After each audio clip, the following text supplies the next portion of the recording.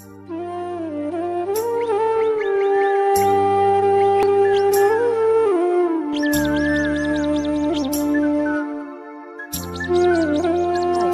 যে দিনকাল পড়লো, কৃষি পণ্যের দাম যেভাবে বেড়ে যাচ্ছে তাতে তো এই কৃষি কাজ করে সংসার চালানোই দায়ী হয়ে পড়ছে। হ্যাঁ, এখন সব জিনিসেরই দাম বেড়েছে। আমরা যখন আমাদের এই কষ্টের ফসল বিক্রি করতে যাব তখন দাম কম, আর যখন কিনতে যাব তখন যেন আকাশ ছোঁয়া দাম। হ্যাঁ, ঠিকই বলেছো, আমাদের সব দিক থেকেই ভাগ্য খারাপ।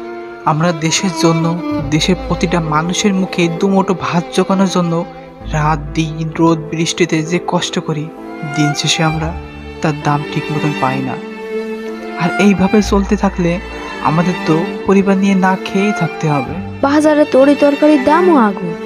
আমরা কৃষক মানুষ, নুন আনতেই পান্তা ফুরায়। এই দাম দিয়ে তরি তরকারি আনাজপাতি কিনতে হলে তো আমাদের না খেয়েই থাকতে হবে। হ্যাঁ ভাই, এই আমাদের মতন কৃষকরা এত কিছু কিভাবে সামাল দেবে? ধান খেতে সার দেব, তার দামও বেড়ে গেছে। আমাদের মতন সাধারণ মানুষের এখনকার সময়ে সংসার চালানোই তো দুঃসাধ্য হয়ে পড়েছে। কৃষি প্রধান বাংলাদেশের অর্থনীতি উন্নয়নের চাপিয়ে দেশের কৃষক সমাজ। কৃষির উপরেই আমাদের নির্ভরতা। কৃষকদের উন্নতি মানেই দেশের উন্নতি, তেমন কৃষকদের ক্ষতি মানেই দেশের ক্ষতি।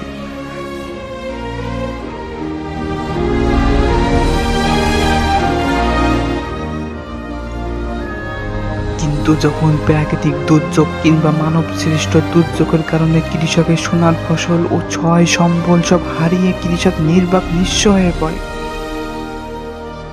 তখন হৃদয়বান মানুষের হৃদয়ে রক্তক্ষরণ হয়। কৃষক কৃষণের বেদনার সুর মানব অনুভূতিকে দুমড়ে মুচড়ে দেয়। তারপরও পাজরের হাড় ভাঙ্গা এই দুর্বিষহ দুঃসহ দুর্বিতীর্ণ যন্ত্রণার আঘাতকে মানুষ প্রত্যাখ্যান করতে পারে না। মানুষ একে নিয়তির তকদিরের লিখন বলে মানতে বাধ্য হয়। যে কৃষক মোদের মুখে তুলে দেয় খাবার, সেই কৃষকই অনাহারে মরতে চলেছে এবার। ভোর হতেই নাঙল কাঁধে যায় ওরা মাঠে, মোদের মুখে অন্ন দিতে দিন রাত ওরা খাটে। সভ্য সমাজ কখনো কি ভেবেছে ওদের জন্য? তাদের ঘরে সন্তানের জন্য আছে কি অন্ন? আমরা বাবু সভ্য সমাজ রোদে গাছ উল্কায়, রোদে বেরোলেই মোদের যেন শরীরটা পোড়ায়। ওই চাষিরা দিন রাত মাঠে কাটায়, বাবুদের ঘরে ওরা নিত্য খাবার পাঠায়।